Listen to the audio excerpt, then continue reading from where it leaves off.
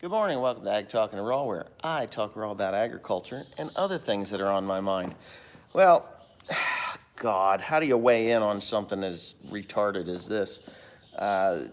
Two people within 24 hours go and commit mass murder. And today I find out, or this morning, which I kind of pulling away from the news because you don't know what to believe. The media has become so one-sided and corrupt. But when it comes to gun violence, they all sing the same song, gun confiscations, and now they're saying white nationalist, white nationalist, white nationalist. I don't know what a white nationalist is. I mean, I'm white. I love my country. I see things that I don't like in my country, but it doesn't mean I'm going to go pick up a gun and go kill people, because that's not what I do. I'll defend myself if I have to, but I'm not gonna. God, this lighting in this place is terrible when it comes to this phone. So anyway, all right, so I'm watching this. I'm gonna climb into the dark corner of my shop here.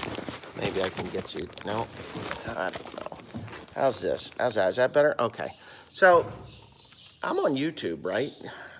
Gobble My Balls is constantly monitoring me. And if I do or say one thing, and I guarantee you this video gets demonetized because of the title. So I'm watching the news this morning, and there's a federal official, I can't remember his name, and he was talking about the U.S. government cannot monitor websites, the dark web, I guess you would call it the dark web, or certain websites where white nationalists are conversing and talking about what they're going to do. Okay, so this is really strange to me because Google, Gobble My Balls, has an algorithm that is set up to detect keywords. So if Google can use their algorithm to detect keywords to demonetize my videos, even though there are advertisements that are put onto my videos, I don't seem to get any of that money when it's demonetized. But the fact of the matter is that the technology is there to monitor these so-called white nationalist websites where these people are congregating and talking about how to kill mass amounts of people. And there are a lot of responders from what I understand. I just watched the whole news article. I think it was BBC, to be honest with you. And yeah, so, but it amazes me that they can't monitor it. They said that they can't monitor it. Makes no sense to me, because if I put something in my title, or if I do something that contains certain language or music, I mean, if they can detect music in the background and I listen to no music anymore. I haven't for years. Once in a while I'll put it on, in the truck or something if I'm alone, but not much. So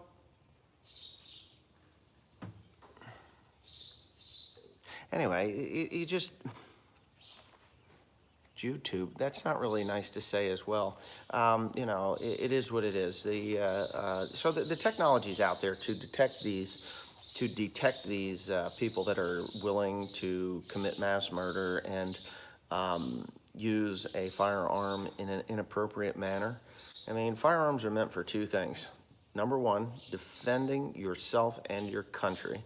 Number two would be hunting, which is now a recreation. Not too many people in the United States rely on wild game for their diet or their food anymore, and recreation.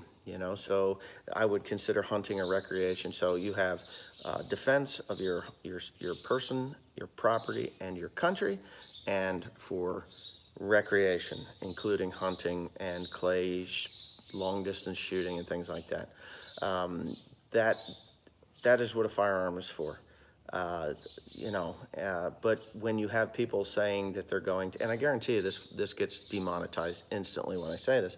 When you have people that are willing to take up an AR-15, now don't call them an assault rifle, because I can go to the Browning website and buy a semi-automatic Browning 308, 30-06, or even 243 or 223 or 222.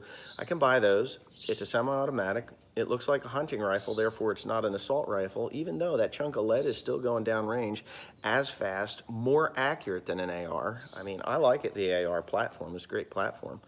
But I also like the Brownings as well. They call it the BAR, if you ever want to look there. They come with a 5-round magazine, but there are some aftermarkets that can get you up around, 10, 15 rounds and it's a better, more accurate platform than the AR. The AR-15 is very universal, versatile, and yes, you can send a lot of stuff downrange, and there's a lot of things for them that you can do, that you can purchase to make them more deadly, which is, high-speed lead poisoning is deadly no matter whether you got a scope on it or even a red dot sight or whatever, grenade launchers. I guess you can make it more deadly. Instead of killing with one bullet, you kill with fragmentations.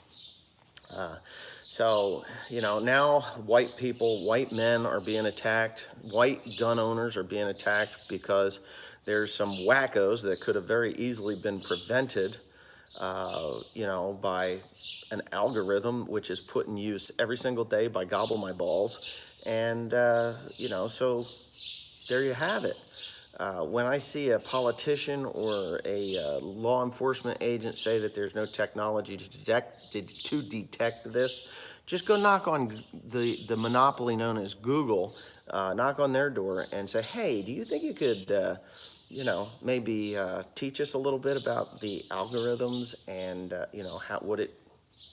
how it works, and maybe we can detect on the dark web these white nationalist groups and see who is the threat, and then you just turn it over to the FBI and keep them busy. Everybody's for larger government except for conservatives like myself, but I have no problem with a law enforcement agency coming to, say, a mentally unstable person's front door and, taking a look at their mental capacity and their computer to see what they've been posting online and getting them off the proverbial street or out of their mommy's basement.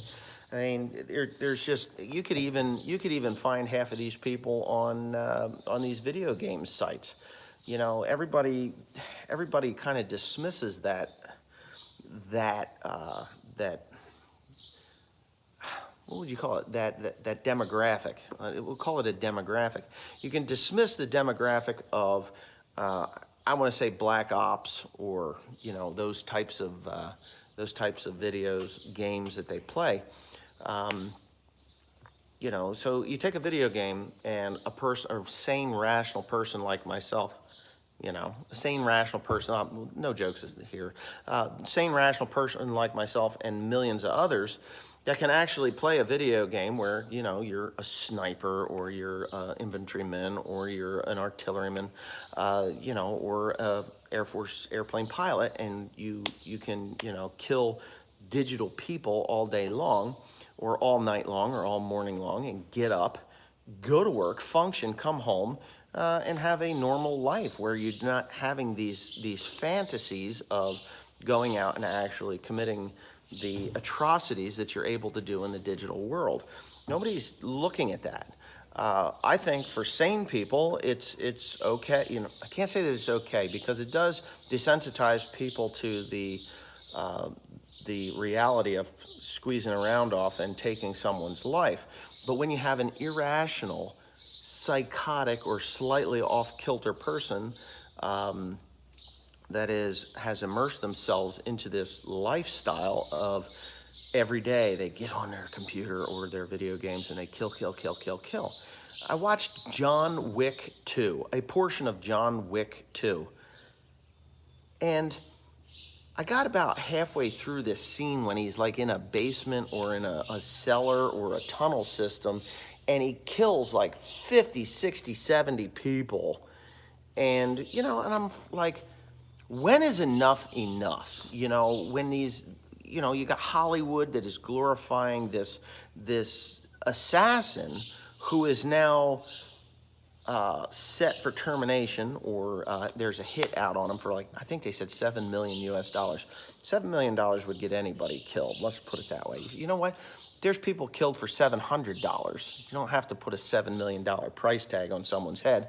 And going face to face with somebody that is as deadly as, say, John Wick, Why would you even bother? You sit up in a building, you wait until he's like walking down the street and you drill him in the head, done. But that's not dramatic enough, it's not cinematic enough. So I'm watching this thing and I'm like, okay, I can look at it two ways. This is either going to spur young people that are not quite right.com to like fantasize about this, I guess. Well, fantasy, everybody wants their fantasies to become reality until the reality actually happens. And then they're like, oh, wait, I was just acting out a childhood fantasy, or I saw this on TV, or it's okay in my video games, or why don't they respawn like they do in my video games? When I was a kid, the video game, you played the video game, you got as far as you could go until you died, and then you had to start all over again. And then later, sometime in the late 90s, early 2000s, they decided that was too complicated, that people would lose interest in the game if they had to start all the way from the beginning again.